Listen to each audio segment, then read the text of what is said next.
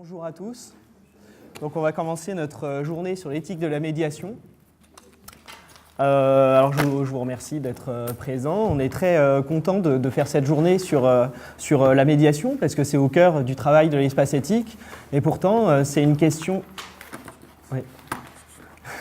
Et pourtant, c'est une question qu'on n'a pas traitée de manière frontale à l'espace éthique jusqu'ici. Donc c'est l'occasion de lancer ce chantier, d'en discuter tous ensemble. Et c'est pourquoi cette journée traite de plusieurs types de médiation. On pourra peut-être ensuite traiter plus précisément de chaque type de médiation au cours de journées ou de différentes publications ou conférences. Donc tout d'abord, je voulais commencer par un constat, c'est que la médiation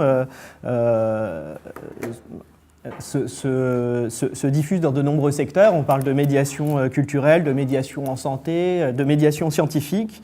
Elle s'est aussi institutionnalisée avec notamment la loi du 2 février 1995 qui a créé la désormais célèbre Commission nationale du débat public qui organise le grand débat national et qui a fait polémique dernièrement.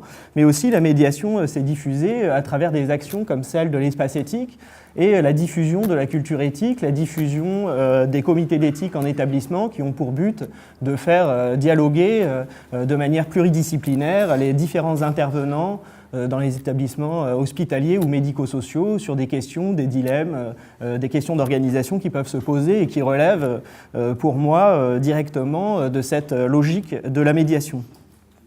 Alors, la médiation, c'est un concept qui est flou, difficile à saisir, puisque étymologiquement parlant, c'est l'entre-deux, l'intermédiaire, ce qui fait le lien.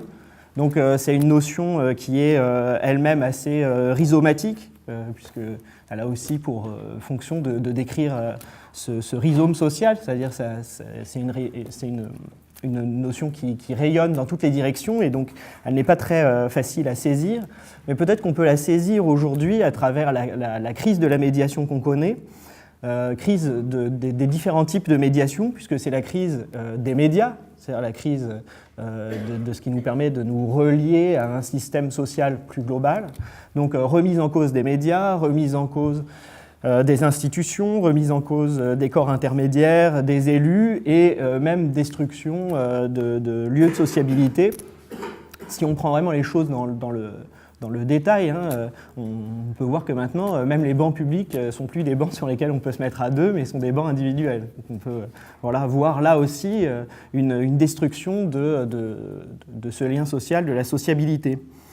Alors, le paradoxe de la médiation de notre temps, c'est qu'on l'a vu pendant les états généraux de la bioéthique, on a un besoin considérable de dialogue, de liens, de reliance, on le verra. Et pour autant, ce dont on rêve, c'est d'une médiation qui serait sans médiateur. Voilà. C'est la manière dont je vois aussi les revendications autour du référendum, c'est-à-dire le lien direct entre le peuple et le pouvoir, la décision directe sans médiation. Or, la médiation, elle ne peut pas être immédiate, elle est forcément médiate, c'est-à-dire qu'elle se fait indirectement, elle passe par un intermédiaire, elle passe par un milieu. La médiation est un milieu et justement j'aimerais pouvoir défendre aujourd'hui l'idée de l'éthique comme le milieu de la médiation. Voilà. Mais avant de vous présenter l'éthique comme milieu de la médiation, je vais vous présenter un petit peu la journée et les différents types de médiation qu'on va évoquer aujourd'hui. Donc durant la table ronde numéro 1, donc nous deux avec Monsieur Devez, donc quelle éthique pour le débat public, on va évoquer la médiation comme méthode de débat public et de consultation publique dans une perspective plus politique. Ensuite, on abordera la médiation en santé et la médiation dans le médico-social selon deux logiques différentes, donc la médiation comme résolution de conflits, et puis la médiation comme création de liens sociaux riches et diversifiés. Ensuite, on évoquera, à partir de cet après-midi, la médiation comme transmission de savoir, partage de connaissances, lien entre science et société. Et puis enfin, on évoquera effectivement le média, c'est-à-dire vraiment l'outil de la médiation, donc l'interface de la médiation et donc les enjeux éthiques de la vulgarisation scientifique et du journalisme.